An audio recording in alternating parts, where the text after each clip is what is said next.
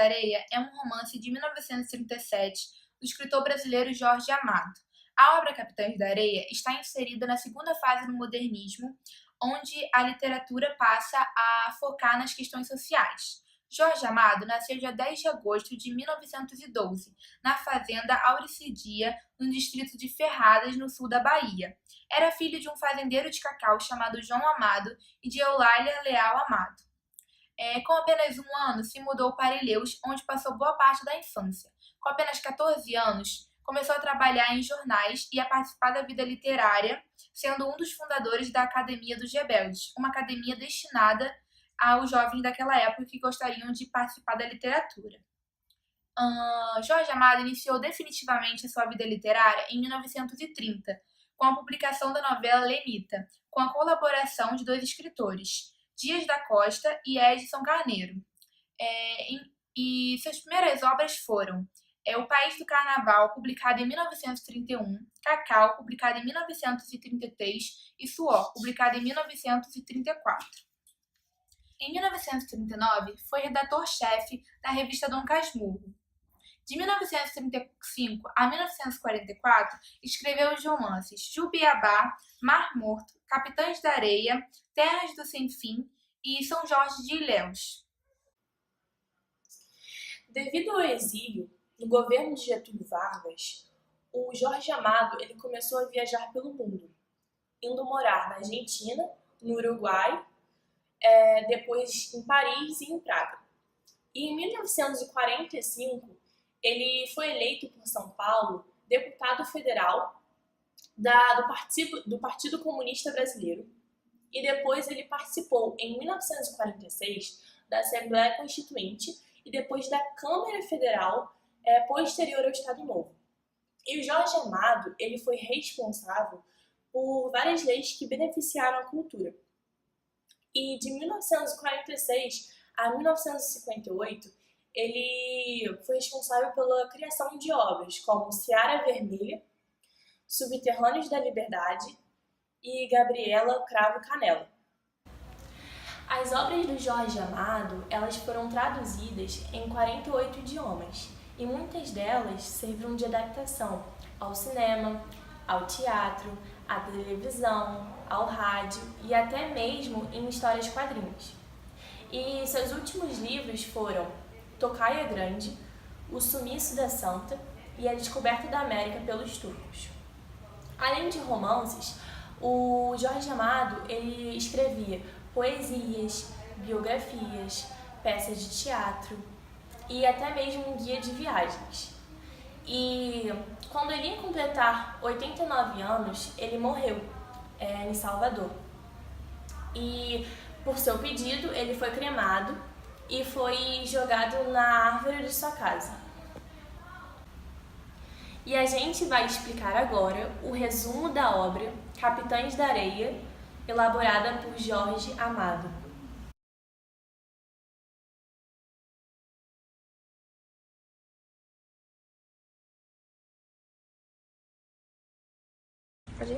No início da obra, há uma série de reportagens fictícias que explicam a existência de um grupo de menores abandonados e marginalizados que aterrorizam a cidade de Salvador. A trama gira em torno das peripécias desse grupo, que sobrevive basicamente de furtos. O líder desse grupo se chama Pedro Bala, um menino loiro e filho de um grevista morto no cais. Pedro Bala vai para as ruas aos 5 anos e desde jovem sempre se mostrou muito corajoso e apto para ser o líder das crianças. O grupo ocupava um trapiche velho e abandonado na praia, onde ocupava mais de 50 crianças. Uma delas é o professor, que sabia ler e que passava quase todas as suas noites lendo livros à luz de velas. Algumas vezes, ele contava as histórias para o grupo ou ele criava suas próprias narrativas. Outro personagem é o Gato, que se chamava por esse nome devido a ele ser o mais bonito do grupo.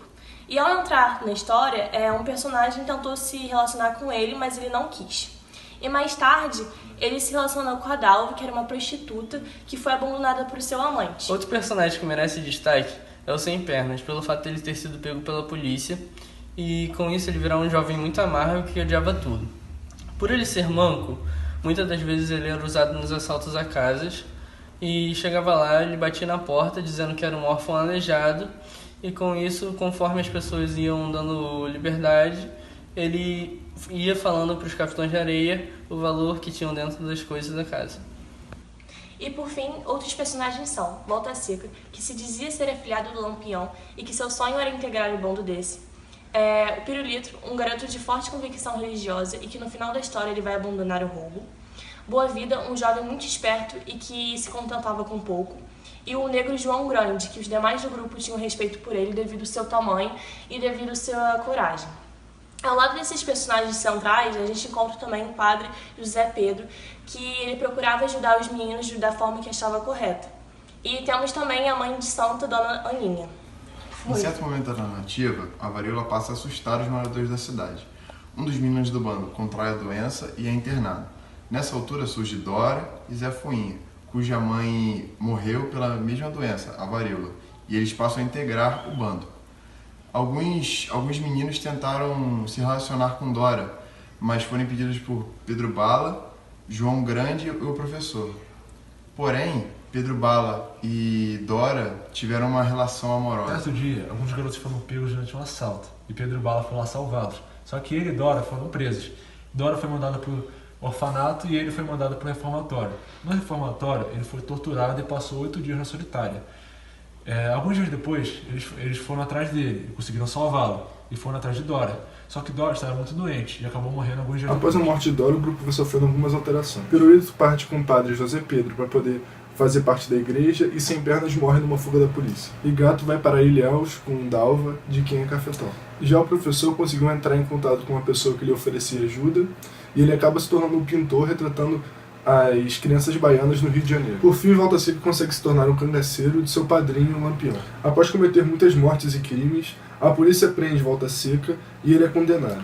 Cada vez mais fascinado com as histórias de seu pai, que foi morto em greves, Pedro Bala se envolve nos movimentos socialistas, sindicalistas e luta por melhores condições para o povo. Movido por ideais revolucionários socialistas, Pedro Bala abandona seu grupo e passa a liderança para outro menino e acaba virando um militante. Olá, queridos! Mais uma vez estamos aqui, o Literatura Viva do Sagrado 2018. Eu sou a professora Cristina Braga e a obra em estudo dessa vez é Capitães da Areia, de Jorge Amado. Então estamos aqui com o grupo Capitães da Areia, Bahia e Gastronomia e eles vão se apresentar. O nosso grupo é Fala sobre Gastronomia e é composto por Milene, Pedro, William, Bruno, Valmir e Paulinho. Agora o William vai começar. Posso sentar? Tá bom. Vou começar falando sobre 2 pratos muito famosos na Bahia. O primeiro deles é o sarapatel, e o segundo é a feijoada. O sarapatel é um prato salgado, que ele é composto de carne de porco e tempero a gosto. Ele é muito presente na Bahia, mas ele é predominante no Pernambuco e no Ceará. E o outro que eu vou falar é a feijoada. A feijoada que também é um prato que é salgado, composto de feijão e de carne de porco, pedaços de carne de porco. E ele é muito presente também na Bahia, mas é principalmente encontrado no Sergipe, como popular. Agora eu vou falar sobre o contexto que aparece no livro. Ele aparece no livro no capítulo Pontos das Pitangueiras, onde após uma aula de capoeira, os capitães de areia vão para um salão para beber e jogar.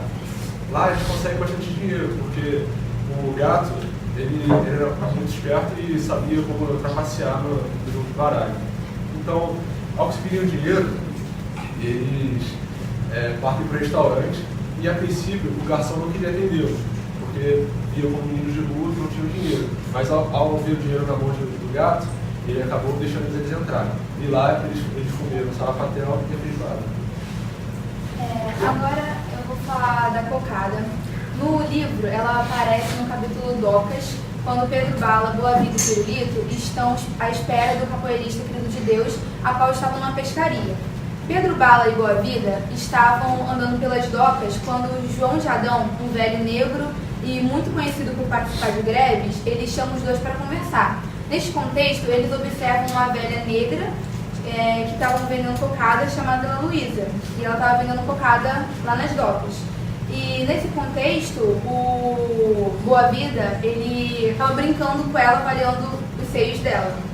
A cocada é um doce feito de leite condensado e coco ralado, podendo ser também de cacau ou até mesmo de maracujá. A cocada é muito consumida atualmente na Bahia, principalmente a cocada preta, por conta da vasta produção de cacau que é muito decorrente na Bahia. Ela é uma herança deixada pelos africanos na Bahia e é muito usada também no candomblé e na Umbanda, como oferenda aos que cuidam das crianças. E também é usada no catolicismo, muito no dia de Cosme e Damião. E agora eu vou falar do cacau, que ele é muito recorrente do livro, ele aparece em diversos momentos do livro. Por quê? O livro ele foi lançado em 1937. Nos anos 20, no século 20, o cacau era o mais importante produto exportador lá da Bahia, então tinha muito cacau. E no livro mesmo menciona, em várias partes do livro é mencionado a produção de cacau. Então o livro foi lançado nessa época, no século 20, por isso aparece várias vezes. No capítulo Narrativas de um Trem, Volta Seca vai para a Bahia e na estação eles dão vários exemplos de comidas, como a mandioca, o mingau e o munguzá. Eu vou falar um pouco sobre o mingau. O mingau ele é feito de maisena, açúcar e leite. E hoje em dia eles ainda comem o mingau, só que eles comem mingau de tapioca, que é diferente, mas eles continuam com essa tradição. E o mingau ele também tem uma representação religiosa. O mingau ele é oferecido como uma oferenda para Oxalá, na parte do candomblé. Então não é só uma comida, também tem um certo simbolismo para eles. Agora eu falo um pouco sobre dois pratos, a pamonha e o outro não é um prato, é um pão borrachudo que eles comeram quando os capitães da areia estavam no formatório, aí entregaram no café da manhã um borrachão duro para eles mastigarem, né? Até doía muito os dentes, como isso foi mencionado no livro. A pamonha pode ser um prato tanto doce quanto salgado. Ambas levam espigas de milho verde, mas elas podem ter recheios diferentes, como leite condensado com coco ou queijo com linguiça, como até tem no livro. O borrachão duro é um pão muito popular na Bahia, só fica atrás do pão francês. É um pão redondo, né, em forma de roda. Esse aqui não é o borrachão, né, mas foi o que a gente conseguiu representar, que a gente achou aqui, que não achou o borrachão para comprar. Eu vou falar um pouco sobre o munguzal e a canjica. O munguzal é um prato feito de canjica amarela, linguiça, bacon e costelinha de porco. Na Bahia, ele ainda é atualmente comido e os paulistas chamam de canjica. Só que canjica, como vocês podem ver aqui, é um prato doce, já um munguzal salgado, e a canjica é feita de leite, coco ralado, cravos e também canela, mas a escolha. E canjica também é muito comida atualmente em festas juninas, em várias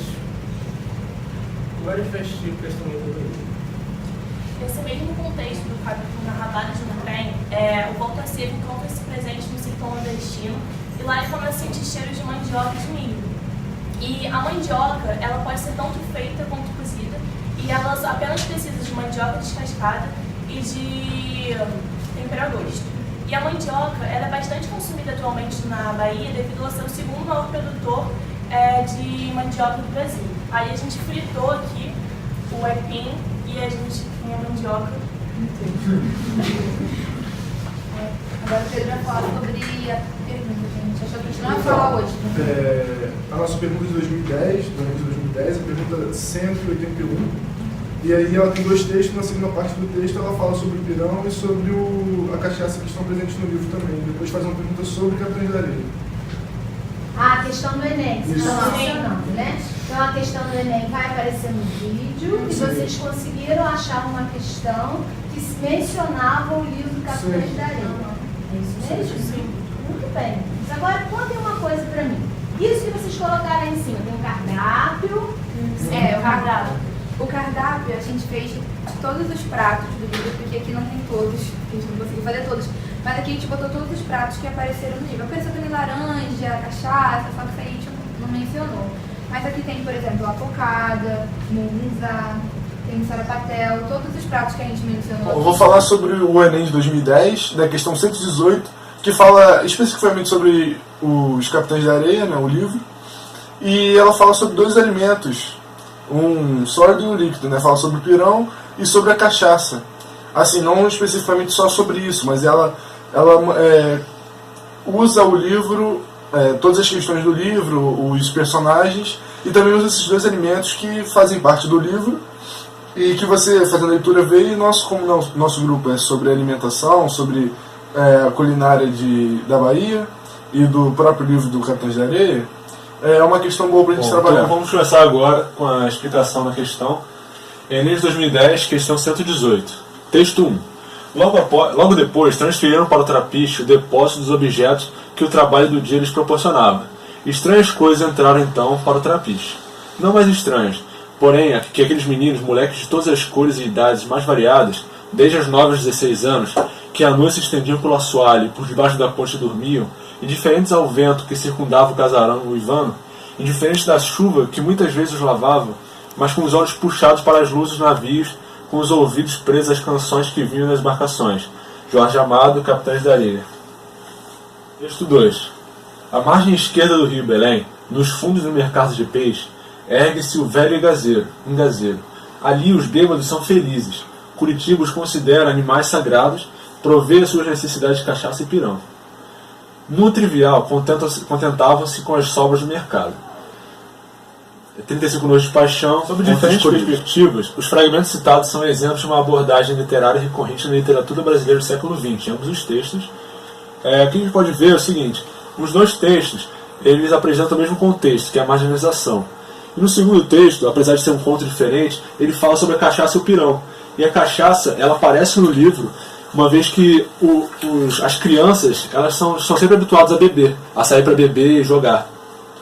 E o pirão, ele é assim, no livro não aparece muito, né? Mas na Bahia, hoje em dia, ele é muito utilizado como alimento. Existe o pirão baiano, que tem como ser feito com caranguejo, também existe a moqueca de pirão baiano. Então, assim, o pirão também é uma comida que está envolvida na Bahia e que é onde se passa todo esse contexto de Capitães da Areia. Enquanto que no 35 Noites de Paixão, tudo se passa em Curitiba, mas é engraçado ver como na mesma época as 2 regiões que são completamente opostas, as 2 regiões se alimentavam de forma muito próxima, mesmo sendo regiões opostas. Bom, o enunciado já foi lido, né? Então, questão A. A linguagem afetiva aproxima os narradores dos personagens marginalizados? Não aproxima. A ironia marca o distanciamento dos narradores em relação aos personagens?